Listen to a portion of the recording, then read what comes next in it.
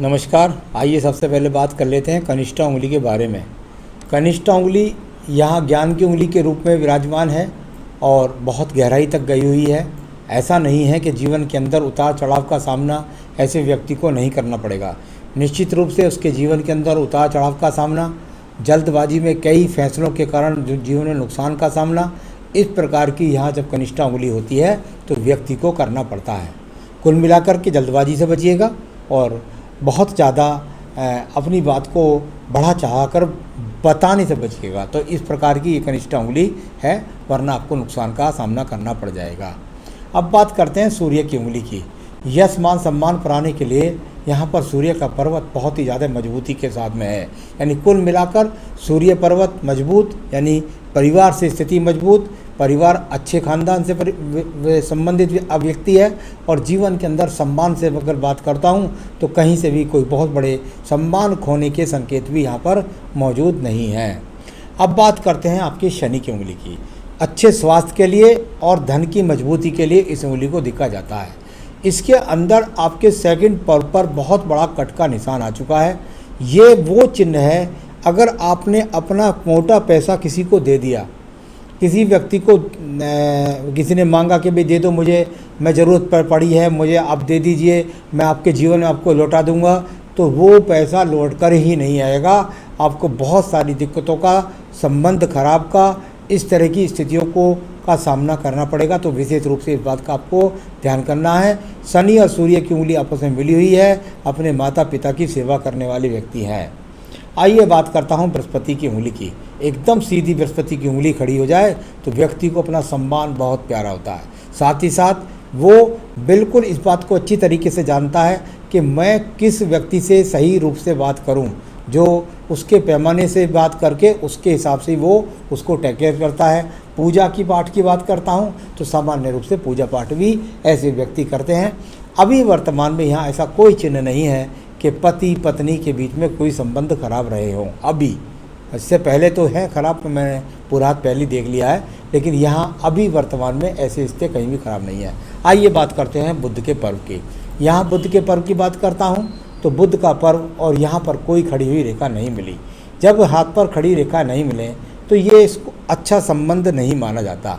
हाथ पर 3-4 रेखा खड़ी हों तो संतान का सुख मिलता है, संतान में पुत्र सुख जरूर मिलता है। साथ ही साथ अगर ऐसे चिन्ह नहीं है तो या तो पुत्र होता ही नहीं है, और यदि पुत्र होता है तो वो इतना दूर माँ बाप से रहता है कि वो उनकी एक शारीरिक रूप से सेवा नहीं कर पाता। साथ ही साथ धन की स्थिति भी यहाँ पर कोई ज़्यादा मजबूत स्तर की नहीं है। चलिए अब बात करते हैं हम सूर्य के पर्व की। इसको माना जाता है, यहाँ पर अगर मैं देखूँ तो ये एक रेखा जाकर के थोड़ा सा टर्न होकर के चली गई। यानी जब रेखा टर्न होकर के चली जाए तो व्यक्ति को एक तरह से ऐसा कह सकते हैं कि जिस क्षेत्र में व्यक्ति को काम मिलता है तो उसको वहाँ सम्मान उतना नहीं मिलता जिसका वो परिश्रम करता है, जिसके लिए वो दाएं बाएं घूम जाता है। यानी कि आप प्रयास करें और फल कोई और ले जाए। अब बात करेंगे धन के पर्व की।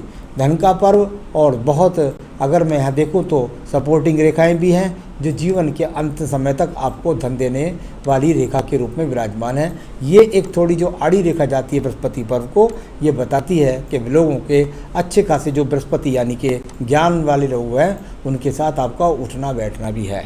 तो कुल मिलाकर जैसी स्थिति भी है, जीवन के अंत समय तक धन के आगमन बने रहेंगे। अब बात करते हैं हम यहाँ पर बृहस्पति के पर्व की। बृहस्पति का पर्व और नीचे की तरफ जब 2 ट्रायंगल बन जाएं, व्यक्ति के पास स्वयं का मकान निश्चित रूप से होता है।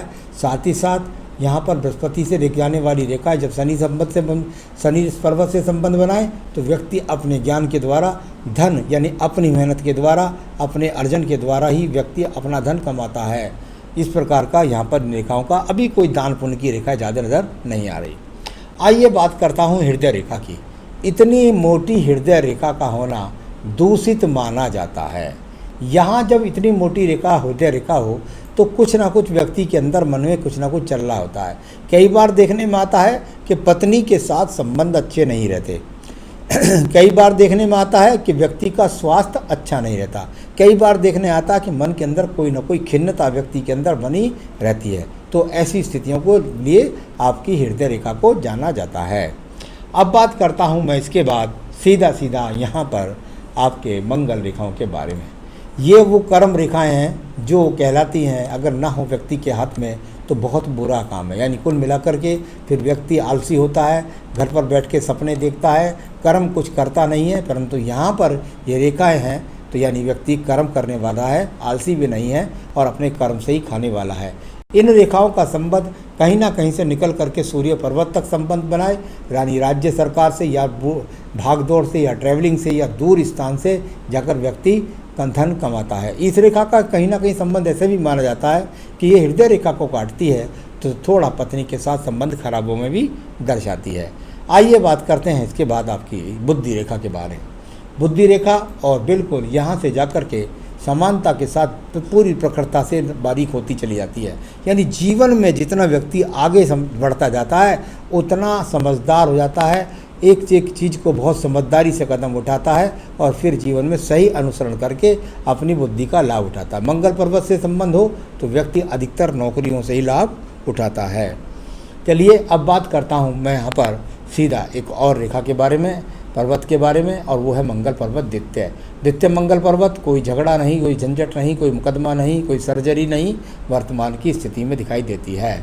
अब बात करते हैं नीचे के चंद्र पर्वत की। मानसिक डिप्रेशन के लिए, मनोरोग के लिए इस पर्वत को देखा जाता है। यहाँ ना कोई मानसिक डिप्रेशन है, ना कोई मनोरोग है, ना कोई बहुत बड़ी दूर देश की प्रांत की यात्रा है। तो इस प्रकार से ये आपका चंद्र पर्वत भी अनुकूल है।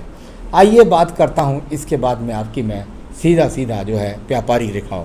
व्यापारिक रेखा हाथ के अंदर है ही नहीं कहीं भी, यानी कि बिल्कुल टूट करके सपने चलने वाली स्थिति। आपने कहीं इन्वेस्टमेंट कर भी दिया तो पैसा वहाँ से आपका टूट करके लॉस होकर के वापस आएगा। तो फिर मेरे हिसाब से कहीं व्यापारिक स्थिति मजबूत नहीं है। बात करता हूँ आपकी भाग्य रेखा की। चंद्र पर्वत से अलग से ही निकल करके आने वाली भाग्य रेखा, व्यक्ति स्वयं से निर्माण करके अपने भाग्य का निर्माण करता है। अपनी मेहनत, अपने कर्म के द्वारा व्यक्ति अपने आप का निर्माण करता है और भाग्य रेखा जा रही है जीवन के आराम से जीवन के अंतिम वर्ष तक, यानी कुल मिलाकर जब तक आप जिएंगे आपके पास धन के आगमन बने ही रहेंगे। अब बात करूंगा इसके बाद में आपके शुक्र पर्वत के बारे में। शुक्र पर्व, और जब शुक्र पर्वत को देखता हूं तो यहाँ पर भी एक स्टार का चिन्ह है नीचे की तरफ और 2 स्टार यहाँ पर बने हुए हैं। यानी कि ये वो चिन्ह हैं जो जीवन के अंदर अच्छे लग्जरियस जीवन नहीं देते, साथ ही साथ जीवन के अंदर अगर मैं देखूं तो पत्नी से सुख संबंध में कमी रखते हैं और कुल मिलाकर के कहीं ना कहीं से शुक्र की कमी को दर्शाने वाली ये रेखाएं भी हैं। यहाँ एक इन रेखाओं के बारे में बात करूँगा। ये रेखाएं जो यहाँ पर इस प्रकार से ये गिरने वाली रेखाओं के रूप में है, यानी कि ऐसा कह सकते हैं कि जीवन के लगभग जे इस समय आपकी 49 वर्ष की आयु है। तो बस ऐसे समझिए करीब इन रेखाओं ने आपको थोड़ा सा आपको कह सकते हैं 51-52 वर्ष तक, 49 से 48 से 51 तक या 50 तक आपको थोड़ा परेशान करने वाली रेखाओं के रूप में यहाँ इन रेखाओं को मान सकते हैं। अब बात करते हैं आयु रेखा की। आयु रेखा यहाँ से और बहुत अच्छी तरीके से निकल करके और मणिबन तक पहुँच गई। 74-75 वर्ष की आयु रेखा भी है। बीच में छोटे प्रमोशन की काफ़ी सारी रेखाएं, बहुत मजबूती के साथ प्रमोशन नहीं, छोटी तरक्की के रूप में ये है। छोटी तरक्की आपने जीवन में करते रहे, इस प्रकार की स्थितियों को दिखलाने वाली ये रेखा मंगल रेखा, ये आपके जीवन के अंदर बहुत अच्छी रेखा है जो आपके जीवन में 60 वर्ष तक आपका सहयोग करेगी, सब मुसीबतों से निकाल कर को आपको लाएगी। संतान रेखाएं आपके हाथ के अंदर हैं लेकिन वो दूषित हो रही हैं, तो कुल मिलाकर के संतान से सहयोग न मिलने वाला या संतान में देरी का या ऐसा कुछ हो सकता है। ये आपके हाथ से, वैसे संतान के बारे में पत्नी के हाथ से ज़्यादा पता चलता है। तो आपका पूरा हाथ मैंने पढ़ा, अब मैं बताने वाला हूँ आपको। आपने कहा मेरे पास कुछ फाइनेंस इश्यूज़ हैं। सर यहाँ आपका 49वां वर्ष है, भगवान की कृपा से वहाँ भी आपको अच्छी खासी सपोर्टिंग रेखा है। आप चिंता ना करें, मैं समझता हूँ कि 2022 के मार्च तक ये सब स्थिति आपके अनुकूल हो जाएगी और आप अपना जो फाइनेंस है उससे काफ़ी कुछ मुक्त हो जाएंगे।